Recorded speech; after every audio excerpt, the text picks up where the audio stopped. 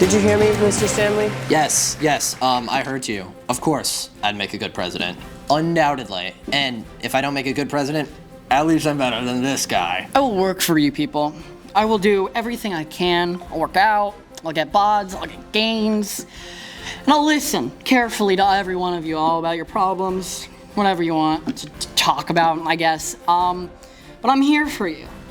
For you. Very touching, Mr. Kaiser. Mr. Stanley? Oh, wonderful question, Mr. Mediator. To make sure every single student of Northampton High School is content with my presidency, I will tentatively listen to every single desire, dream, demand, and need of every single student, no matter how big or how small. What about your scandal in sophomore year? Jarvis, next slide. My presentation will be on why you should vape. That was a mistake. It was a different time in my life. I was dumb. I was young.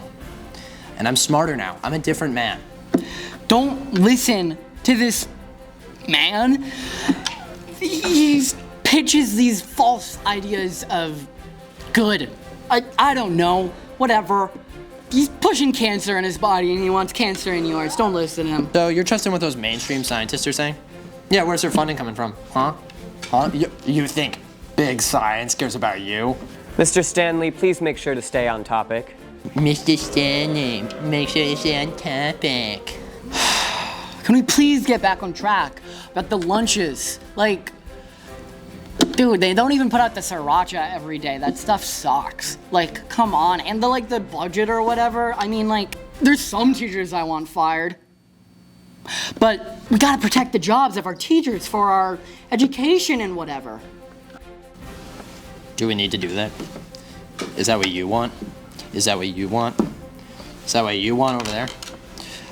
I think I know what Northampton High School really wants, which is why my first week in office, I'm going to be personally ensuring that the transcript is released every Wednesday and Friday, every week, including the summer.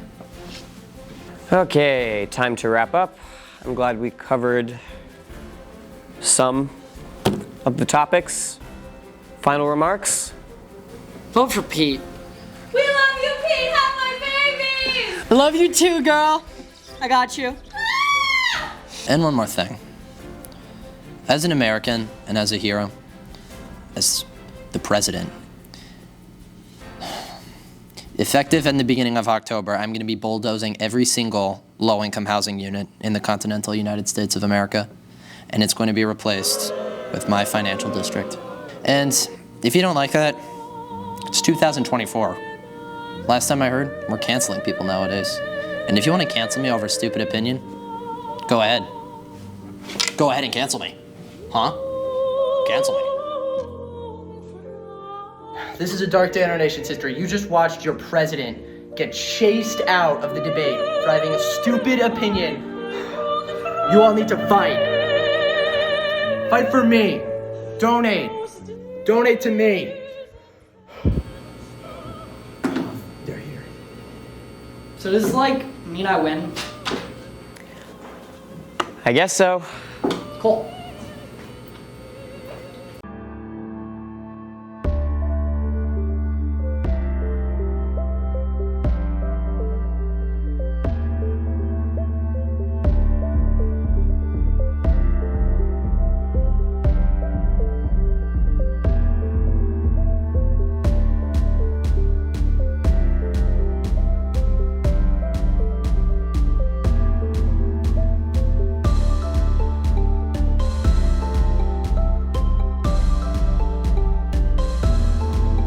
Hello and welcome to the Transcript. I'm Ivy. And I'm Anya.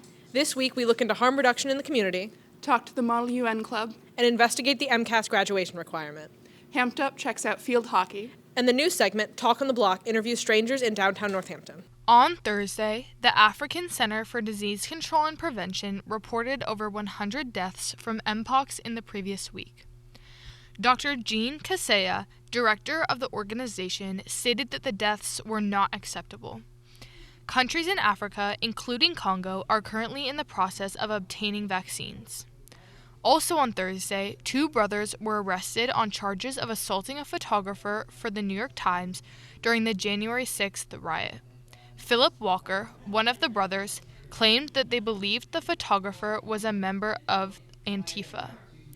In local news, on Tuesday, Northampton residents gathered at Cooley Dickinson Hospital to celebrate the over $11 million raised for the expansion of their emergency room. When completed, this expansion will increase the capacity of the hospital's emergency room by 40%, as well as expand accommodations for those with mental health issues. Today, we're shining a spotlight on a critical yet often overlooked approach to public health harm reduction. This strategy focuses on minimizing the negative consequences of substance use rather than solely aiming for abstinence. In this segment, we'll explore how harm reduction initiatives are transforming lives across our region, delve into the impact these programs are having, and hear from those directly involved in these efforts. So HRH 413 was started in Western Mass when I originally came back from Boston and had returned to Northampton after living here in the 90s. I noticed there was a huge disparity of service provision for people who use drugs and trade sex. I wanted to bring harm reduction services to the individuals who needed it the most marginalized and vulnerable, because that's what saved my life here in this town at that time, was having those services available. People can use resources like HRH. Tapestry in the community is very good for harm reduction. There's locations everywhere in Massachusetts and most cities. Most schools have their own resources as well, but if you're somebody who doesn't know how to tap into that information, it's easy to just go to where you might get tested for sexually transmitted infections or diseases, and usually they have the resources to support that. There's multiple strategies that we use to go about harm reduction, but the first one is just educating people on what it is. It's kind of a new concept to a lot of people. Jess, who I work under the wing of, was a founder of giving definition and meaning to exactly what harm reduction is, and I think one of the strategies is to educate people in the first place and just have an understanding of what that means and then go about the rest of it. We do recognize that not all drug use is safe, not all drug use is conducive. Drug use can absolutely devastate families, it can destroy lives, it can, we see it now, like the fact that we have lost more people to overdose than the height of the AIDS epidemic, that we've lost more people at the height of the war in Vietnam. It's something that we have to look at as a country, that we have to start doing or start implementing other tools like safe consumption sites. Drug checking is a huge thing that HRH 413, we're working with Brandeis University, so we can do real-time drug checking. So we're using FTIRs, which are mass spectrometers, and we have that ability, like that's legal. You can bring a pill to us and we will test it and we can tell you, as just happened last week, and like this pill does have fentanyl in it. We have people, another common drug that we see in like the younger age group is buying Xanax, buying benzodiazepines and Adderall. Like a lot of the Adderall we're seeing now has fentanyl. So the fact that people can come to HRH 413 and get fentanyl test strips, and we have xylazine test strips, which is an animal tranquilizer we're seeing in drug supply now.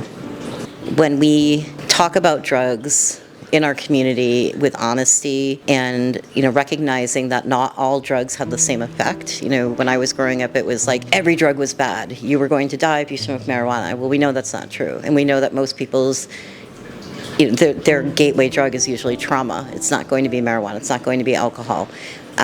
Giving people like evidence-based facts, not using scare tactics. Find out more about HRH 413 on their website, hrh413.org. Thanks to everyone who participated in the creation of this segment, and thanks for watching.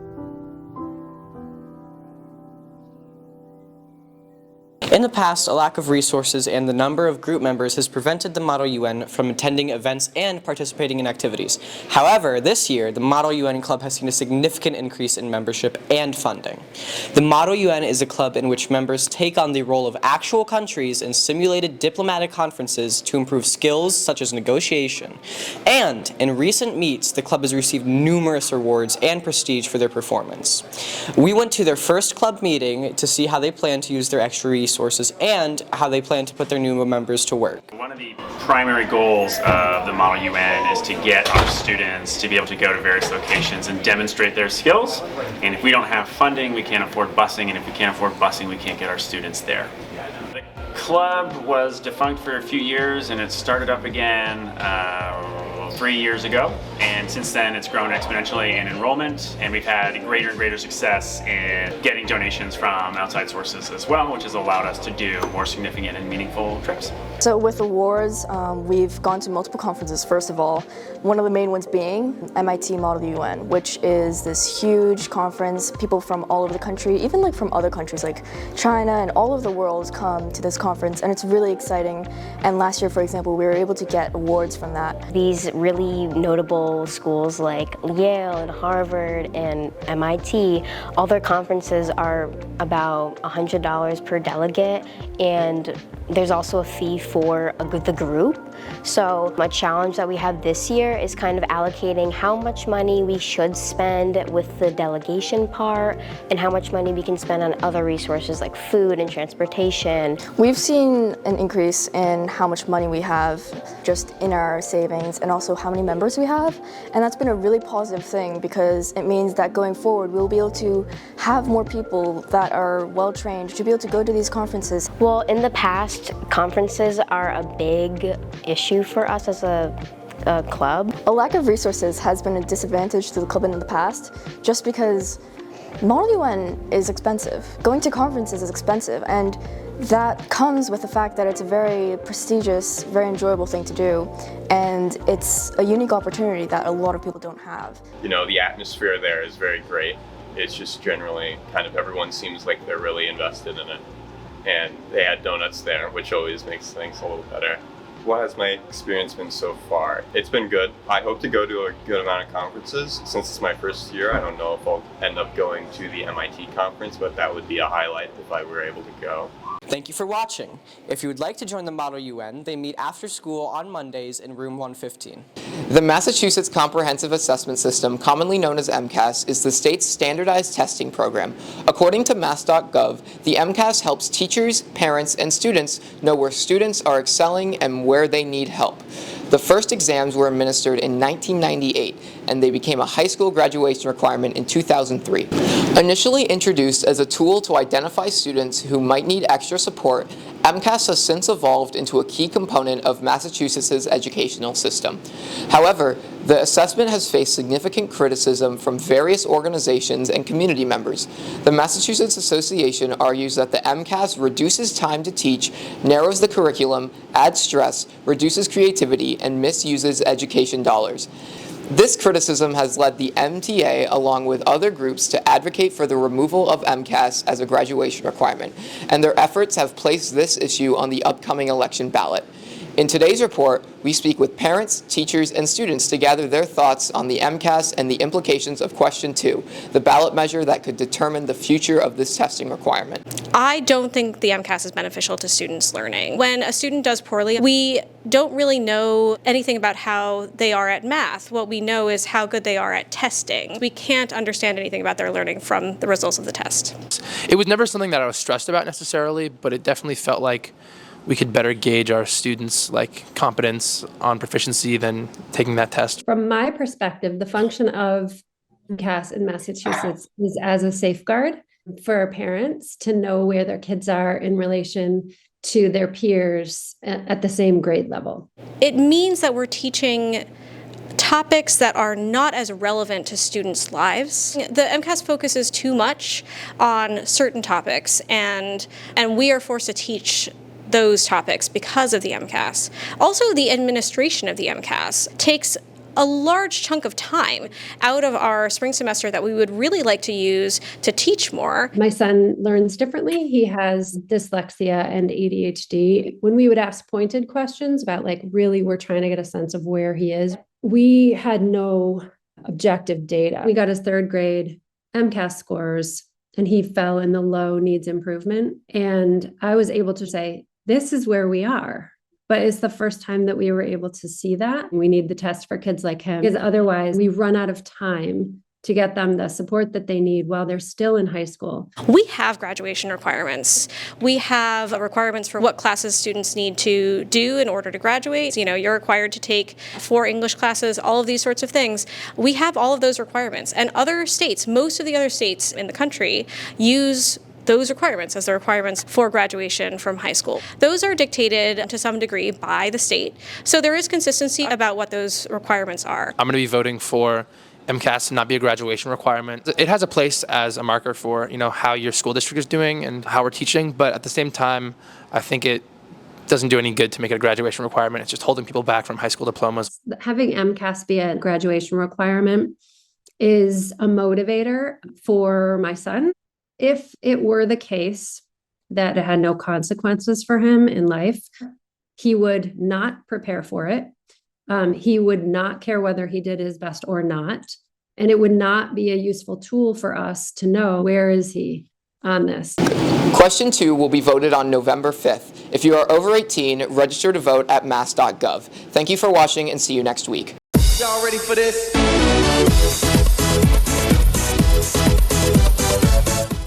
In 1901, field hockey was introduced to the American sporting world by an Englishwoman, Constance Appleby. Women's colleges adopted it as a female-only sport from the early 1900s onward. At NHS, this sport is offered for girls in the fall.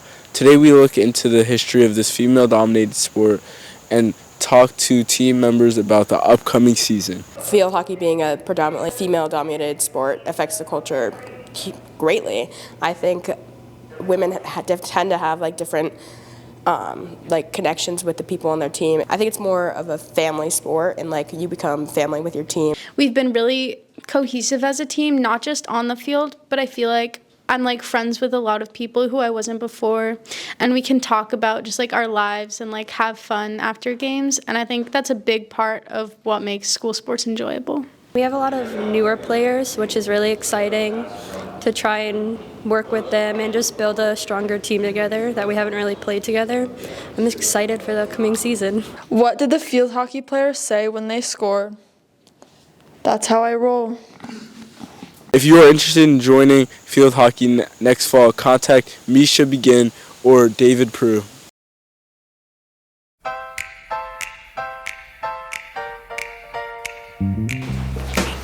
Welcome back. This week, there's no back, because this is a new segment, Talk on the Block, where we're interviewing people obnoxious, random questions and seeing what their answers are.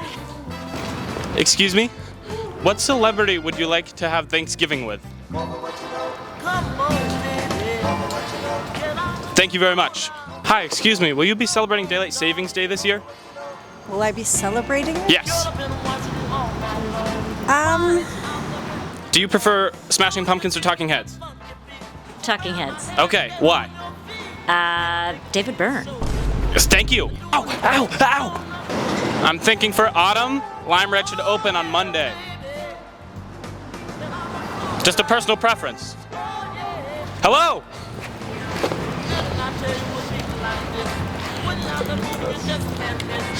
Excuse me. Okay. Do you prefer going to a pumpkin patch or an apple orchard? Say it louder. Thank you. Do you like eating apple pie or pumpkin pie? I like both pies. What do you prefer? Oh, I have to make a choice. Yes, right now. 3 seconds. 3. Oh, Lord. 2. Pumpkin pie. Thank you very much. Excuse me, will you two be celebrating Daylight Savings this year? That's not something I typically celebrate in that sense. Something I feel like we have to be aware of, though. Mm-hmm. You weren't aware of the kegger I was playing? Excuse me, sir, what's your favorite fall recipe to cook or bake? Fall recipe. Yes. Let me see. Pumpkin pie. Oh, that's a good one. Let me see. Ham.